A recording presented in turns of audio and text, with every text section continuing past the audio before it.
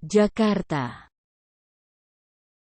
Seorang wanita warga negara Indonesia, WNI, berinisial JGT ditangkap kepolisian Malaysia karena bercanda membawa bom saat pemeriksaan di Bandara Internasional Penang. KJRI Penang memberikan pendampingan kepada pekerja migran Indonesia, PMI, yang bekerja di Ipoh itu. KJRI Penang menerima informasi bahwa pada tanggal 30 Desember tahun 2023 JGT ditahan. JGT berencana pulang ke Medan dalam rangka cuti selama 2 minggu. Namun pada tanggal 29 Desember tahun 2022 yang bersangkutan bersama 2 orang temannya melakukan proses check-in untuk terbang ke Medan pada pukul 17.15 waktu setempat dan melontarkan kata-kata bom. Saat pemeriksaan bagasi di konter check-in, atas pertanyaan petugas terkait barang-barang yang dibawanya, yang bersangkutan sempat menjawab dengan terucap kata-kata bom.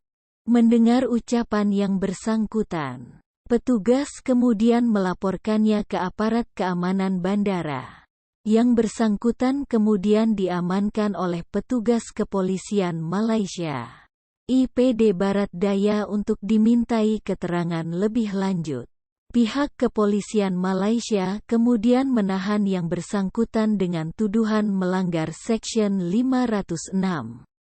Kanun Keseksaan tentang Ugutan Jenayah dengan ancaman hukuman maksimal 2 tahun penjara dan/atau denda. KJRI Penang telah diberi kesempatan untuk menemui yang bersangkutan pada tanggal 2 Januari tahun 2023. Tulis keterangan KJRI Penang seperti diterima. Selasa, tanggal 3 Januari tahun 2022. KJRI Penang kemudian mendampingi JGT dengan memberikan pengacara. KJRI Penang juga hadir langsung saat persidangan. KJRI Penang kemudian menunjuk pengacara setempat untuk mendampingi saudari JGT dalam sidang yang diselenggarakan pada tanggal 3 Januari tahun 2023 di Mahkamah Magistrate Balik Pulau Penang. Pada hari persidangan, KJRI Penang juga telah hadir di persidangan untuk memberikan dukungan moral kepada yang bersangkutan, ujarnya. KJRI Penang menyampaikan, dalam persidangan, JGT dinilai tidak berniat melontarkan ancaman dan penghinaan yang mengganggu keamanan.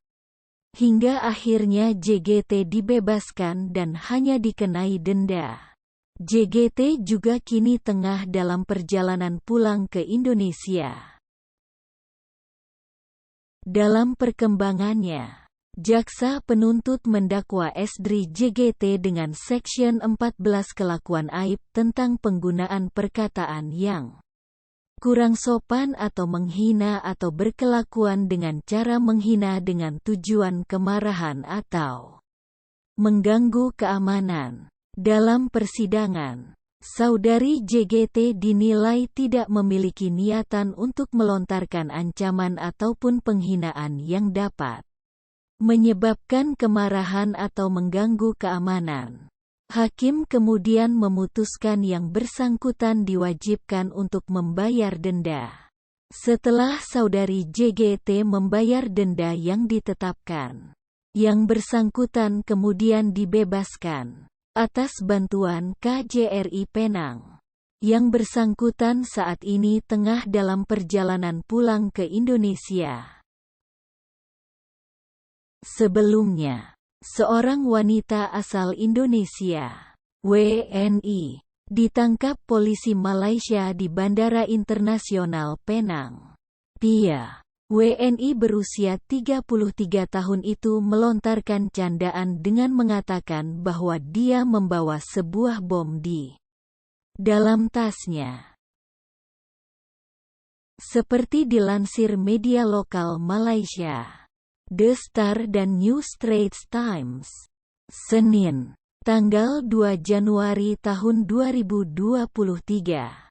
Penangkapan itu terjadi pada Kamis, 29/12 pekan lalu, dengan Kepala Kepolisian Distrik Barat Daya, Inspektur Kamarul Rizal Jenal, menuturkan bahwa seorang wanita asing ditangkap pukul 16.30 waktu setempat.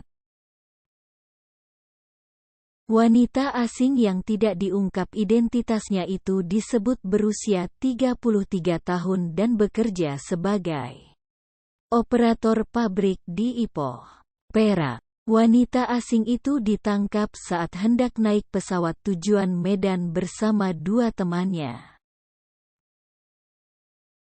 Ketika staf di counter check-in memeriksa tasnya, wanita itu mengatakan dengan keras, ada bom, yang terdengar oleh para staf dan para penumpang lainnya yang ada di dekatnya, tutur Kamarul dalam pernyataannya. Ucapan wanita itu dilaporkan kepada polisi dan ia kemudian ditangkap. Tersangka, seorang wanita asing, ditahan setelah bercanda dengan staf yang memeriksa barang bawaannya bahwa ada bom di dalamnya. Leluconnya terdengar jelas oleh staf yang menjaga counter check-in dan para penumpang lainnya, sebut Kamarul.